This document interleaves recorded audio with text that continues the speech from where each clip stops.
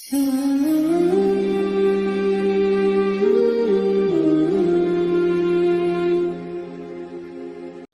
اللہ الرحمن الرحیم نحمدہ ونصلی ونسلم علی رسولہ الکریم اما بعد فاعوذ باللہ من الشیطان الرجیم بسم اللہ الرحمن الرحیم سبحان الذی اسری بعبدہ لیلا من المسجد الحرام الی المسجد الاقصی صدق اللہ مولانا العظیم۔ محترم ناظرین، آپ دیکھ رہے ہیں نور اسلام چینل۔ آج کا میرا موضوع ہے حضور کا عظیم معجزہ سفر معراج۔ ویسے تو حضور کا سارا وجود ہی معجزہ ہے، لیکن ان معجزات میں بعض معجزات کو فوقیت حاصل ہے، عظمت حاصل ہے۔ حضور کا سب سے عظیم معجزہ معجزہ قرآن ہے۔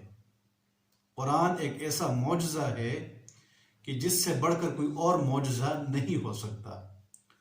اور دوسرے نمبر پر جو معجزہ حضور نبی اکرم صلی اللہ علیہ وسلم کا ہے، اللہ نے جو شان ہمارے نبی صلی اللہ علیہ وآلہ وسلم کو عطا فرمائی معراج کی صورت میں، یہ عظیم معجزہ ہے، یہ عظیم عظمت ہے جو کسی اور کو حاصل نہیں ہوئی۔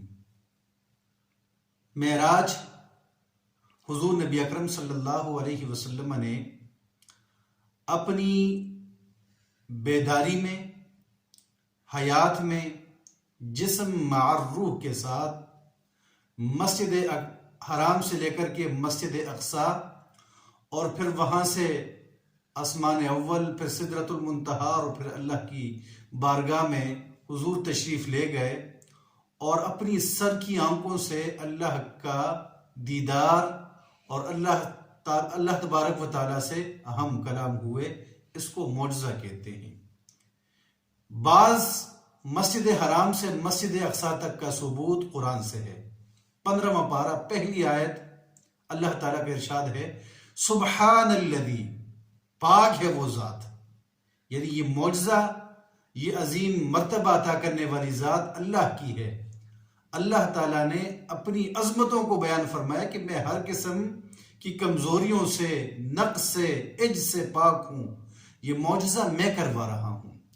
تو اپنے متعلق ارشاد فرمایا، سبحان الذی، پاک ہے وہ ہر قسم کی کمزوریوں سے، وہ قوت و طاقت والا رب ہے۔ سبحان الذی اسری بعبدہ، جس نے اپنے بندہ خاص جناب محمد الرسول اللہ صلی اللہ علیہ وسلم کو رات کو سیر کروائی۔ کہاں سے؟ مسجد حرام سے مسجد اقصی تک۔ مسجد حرام سعودی عرب کے اندر اور مکہ میں جس گھر میں ہم جا کر کے حج اور عمرہ کرتے ہیں، اس کو مسجد حرام کہتے ہیں۔ اور مسجد اقصی فلسطین کے اندر، تو رات کے قریب سے حصے میں حضور کو زیارت کروائی گئی، سیر کروائی گئی مسجد حرام سے مسجد اقصی تک۔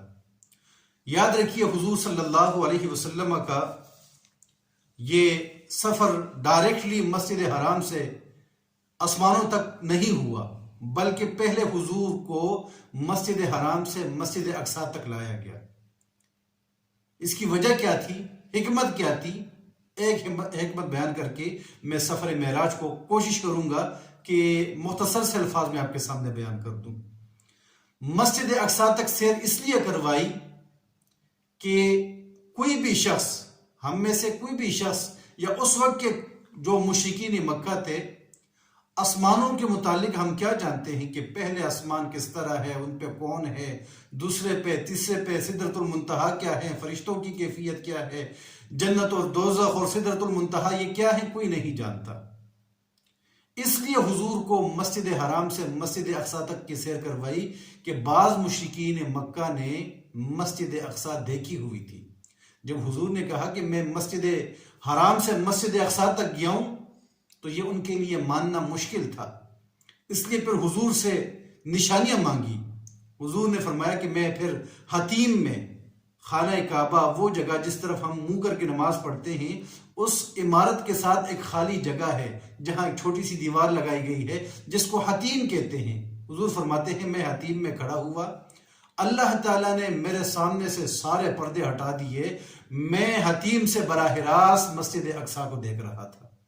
پھر مشرکین نے جو پوچھا، مثال کے طور پر دروازے کتنے ہیں، کھڑکیاں کتنی ہیں، روشندان کتنے ہیں، یہ کیسا ہے، وہ کیسا ہے، تو جو مشرکین پوچھتے رہے، حضور نبی اکرم صلی اللہ علیہ وسلم نے سارا کچھ بتایا۔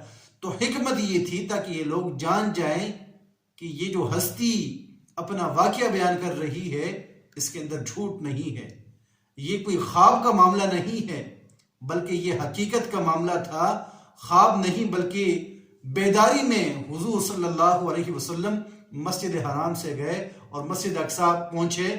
تو یہ مسجد اقصیٰ میں جانے کی حکمت یہ تھی، اور یہ ذکر قرآن کے اندر موجود ہے۔ 15واں پارہ، پہلی آیت۔ حضور نبی اکرم صلی اللہ علیہ وسلم اس درمیان آپ نے بڑے مشاہدات دیکھے۔ ایک حدیث کہ حضور فرماتے ہیں کہ میں حضرت موسیٰ علیہ السلام کی قبر پر گزرا، ان کے قبر کے پاس سے میرا گزر ہوا تو میں نے دیکھا کہ حضرت موسیٰ علیہ السلام اپنی قبر کے اندر کھڑے ہو کر کی نماز ادا کر رہے ہیں۔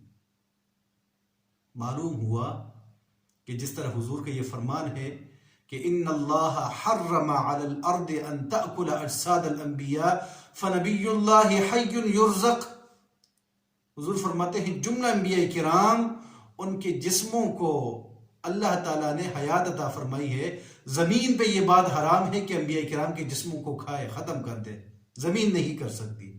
تو ہر نبی اپنے قبر کے اندر زندہ ہے، وہ اللہ کی عبادت میں مصروف ہے، اس لیے تو حضور نے فرمایا کہ میں قبر موسیٰ پہ گزرا تو وہ اپنی قبر کے اندر کھڑے ہو کر کے نماز ادا کر رہے تھے۔ پھر حضور تشریف لے گئے مسجد اقصیٰ، سارے کے سارے انبیاء کرام مسجد اقصیٰ میں جمع ہیں، حضرت آدم علیہ السلام سے لے کر کے حضرت عیسیٰ علیہ السلام تک جملہ انبیاء کرام وہاں موجود ہیں، اور جلسہ جاری ہے۔ ہر نبی خطاب کرتا ہے کہ مجھ پہ اللہ نے کون سی کرم نوازیاں کی، کون سے اعزازات عطا کیے۔ آخر میں پھر حضور نبی اکرم صلی اللہ علیہ وسلم نے خطاب فرمایا، اور پھر حضور نے ان جمیع انبیاء کرام کو آپ نے نماز پڑھوائی، آپ امام بنے، وہ سارے آپ کے مقتدی بنے، اس لیے حضور کو امام الانبیاء کہا جاتا ہے۔ روایت میں آتا ہے انبیاء کرام اور جمیع رسول حضور کی اقتداء میں کھڑے ہوئے، 7 صفیں بنی، ان میں سے 3 صفیں مرسلین کی تھی کہ وہ انبیاء کرام جنہیں اللہ تعالیٰ نے نئی شریعت دی تھی،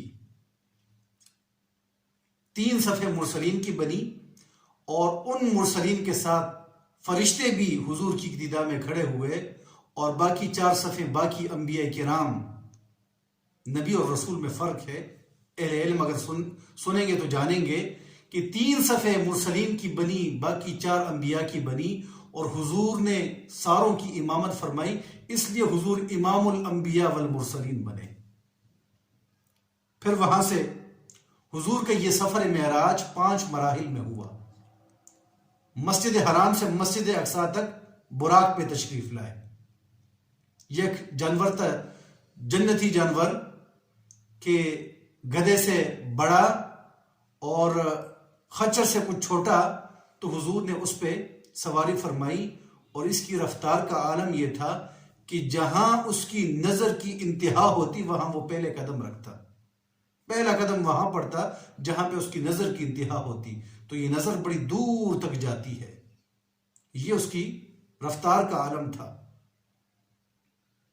مسجد اقصیٰ تک کا یہ پہلا مرحلہ مکمل ہوا، اور پھر جب یہاں جلسہ مکمل ہوا، امامت ہوئی، جماعت ہوئی، حضور نے آگے سفر کا ارادہ فرمایا۔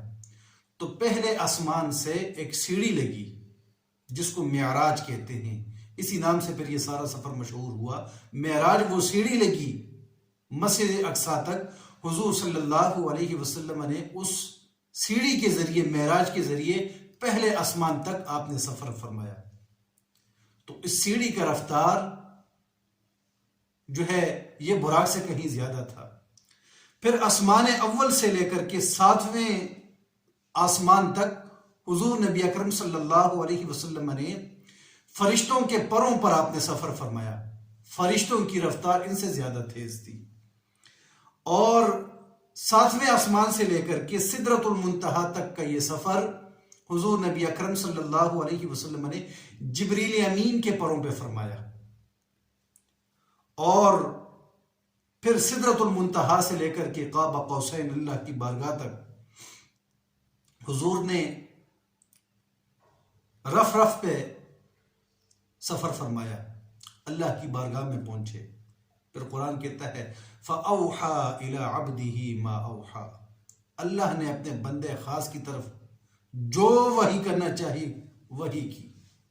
اللہ تعالیٰ نے حضور کو بلایا تاکہ کائنات پہ حضور کی عظمت واضح ہو جائے، اور حضور کو جنت میں 2 عظیم تحفے ملے اللہ کی ملاقات میں، سورہ بقرہ کی آخری آیات اور 50 نمازوں کا تحفہ ملا۔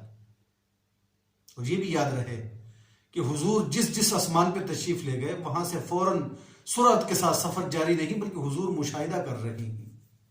پہلے آسمان پہ پہنچے، وہاں جتنے فرشتے موجود تھے حضور نے ان کی امامت فرمائی، دوسرے آسمان پہ جتنے فرشتے موجود تھے ان کی امامت فرمائی، تیسرے پہ، چوتھے، 5ویں، 7ویں پر ہر آسمان کے فرشتوں کو حضور نے امامت کروائی، حضور نے ہر ایک کو فیضیاب فرمایا۔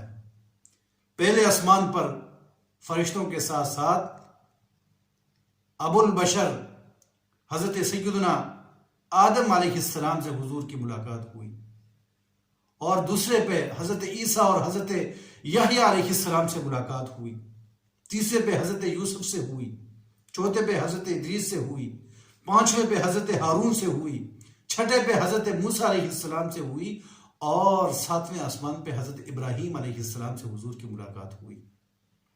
اور پھر جب نمازوں کا یہ تحفہ ملا تو حضور واپس تشریف لائے، 6ٹھے آسمان پہ حضرت موسیٰ ملے، دوبارہ ملاقات میں عرض کی یا رسول اللہ کیا تحفہ ملا؟ حضور نے فرمایا 50 نمازیں میری امت پہ فرض کر دی گئی ہیں، رات دن میں یہ ادا کریں گے۔ حضرت موسیٰ علیہ السلام نے گزارش کی کہ واپس جائیں، تخفیف کروا دیں، میری امت ادا نہیں کر سکی، آپ کی امت بھی ادا نہیں کرے گی، نقصان ہوگا، واپس جائیں اور کب تخفیف کروا دیں۔ حضور 9 مرتبہ تشریف لے، ہر مرتبہ میں 5 نمازوں کی تخفیف ہوئی۔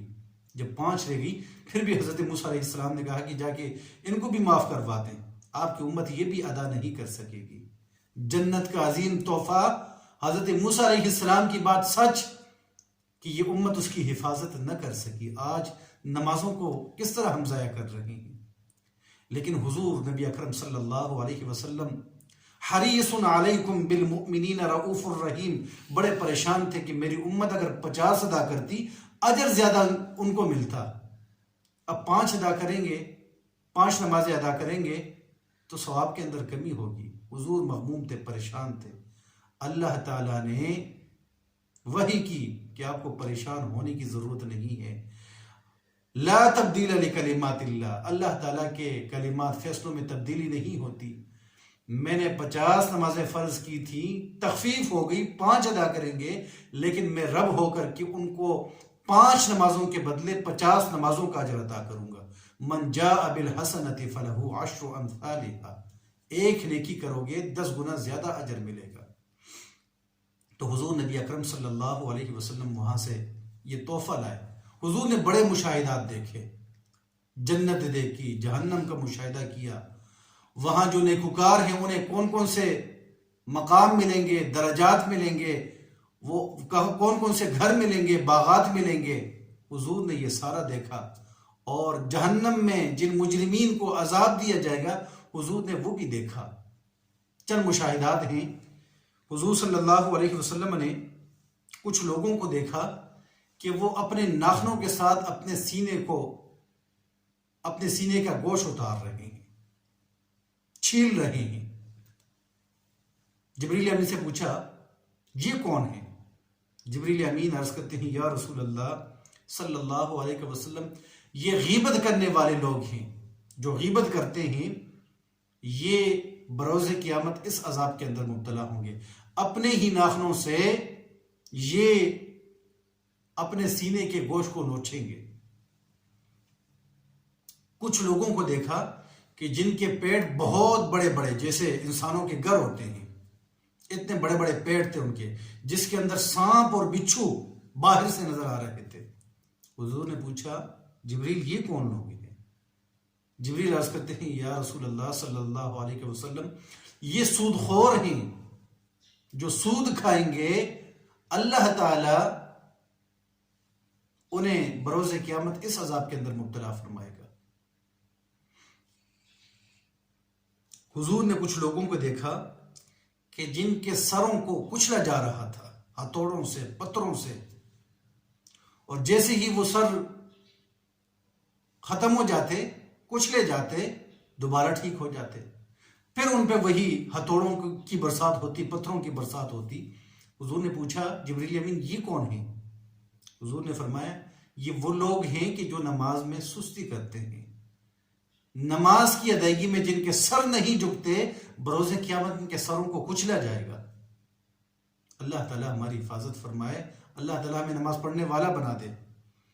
کچھ لوگوں کو دیکھا کہ وہ کانٹے دار خبیث قسم کے درخت اور جہنم کے پتھر کھا رہے ہیں۔ حضور نے پوچھا یہ کون ہے؟ جبریل امین عرض کرتے ہیں یا رسول اللہ صلی اللہ علیہ وسلم یہ وہ لوگ ہیں جو اپنے اموال سے زکوٰۃ ادا نہیں کرتے۔ زکوٰۃ دینا یہ فرض ہے صاحب استطاعت اور صاحب نصاب پر۔ واقیموا الصلاۃ وآتوا الزکاۃ، نمازیں ادا کرو اور زکوٰۃ ادا کرو۔ کچھ لوگوں کو دیکھا کہ جن کے سامنے دو قسم کا گوشت موجود ہے، پکا ہوا خالص گوشت اور ساتھ میں سڑا ہوا بدبودار گوشت، لیکن کچھ لوگ اس پاکیزہ گوشت کو چھوڑ کے سڑا ہوا بدبودار گوشت کھا رہے ہیں۔ پوچھا گیا یہ کون ہے؟ جبریل امین عرض کرتے ہیں یہ وہ لوگ ہیں کہ جن کی حلال خواتین موجود ہوتی ہیں یا خواتین کے شوہر موجود ہوتے ہیں، لیکن یہ مرد و خواتین حلال طریقوں کو چھوڑ کے برائیوں کی طرف جو جاتے ہیں، اللہ تعالیٰ انہیں اس سزا کے اندر مبتلا فرمائے گا۔ سفر معراج بہت سے مشاہدات اور بہت سے عقائد کو، بہت سارے معاملات کو واضح کرنے والا یہ سفر ہے۔ دعا کرتا ہوں کہ اللہ تعالیٰ جو حضور نے بیان فرمائے ہیں، جو نیک اعمال پہ جزا ملے گی، جو جنتیں ملیں گی، جو محلات اور باغات ملیں گے، اللہ تعالیٰ ہمیں ان اعمال کو اپنانے کی توفیق عطا فرمائے، اور جن گناہوں کی وجہ سے سخت ترین سزا ہوگی، اللہ تعالیٰ ہمیں ان گناہوں سے توبہ طائب ہونے کی توفیق عطا فرمائے۔ وآخر دعوانا ان الحمد للہ رب العالمین۔ اگر یہ بیان پسند آیا ہے تو اس چینل کو سبسکرائب کریں اور یہ ویڈیو دوستوں کے ساتھ ضرور شیئر کریں۔